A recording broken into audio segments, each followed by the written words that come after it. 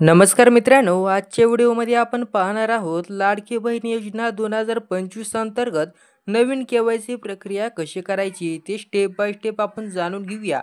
जर तुम्ही या योजनेत नोंदणीकृत असाल तर ही के-वाय-सी करणं अनिवार्य आहे, नाहीतर अन्यथा पुढची रक्कम देखील मिळणार नाही. चला तर सुरू करूया पूर्ण व्हिडिओ. तत्पूर्वी आपल्या चॅनलवर तुम्ही नवीन असाल तर चॅनलला सबस्क्राईब करायला विसरू नका. ही के-वाय-सी प्रक्रियेसाठी आवश्यक कागदपत्र पहा.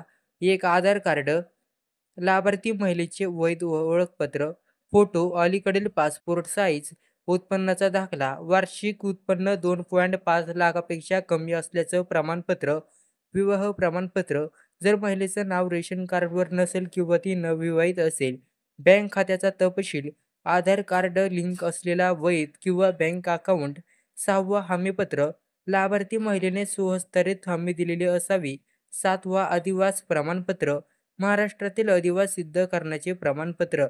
पर्यायी अधिवास पुरावे जर अधिवास प्रमाणपत्र उपलब्ध नसेल तर खालील कोणताही पर्याय ग्राह्य धरला जाईल.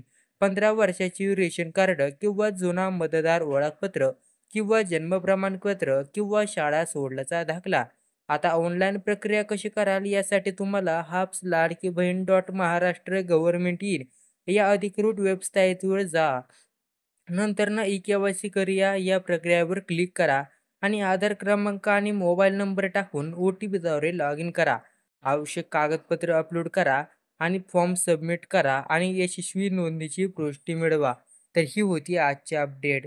तुम्हाला ही माहिती आवडली असेल तर तुमच्या नातेवाईकांना व्हिडिओ शेअर करा आणि व्हिडिओला लाईक करा. धन्यवाद.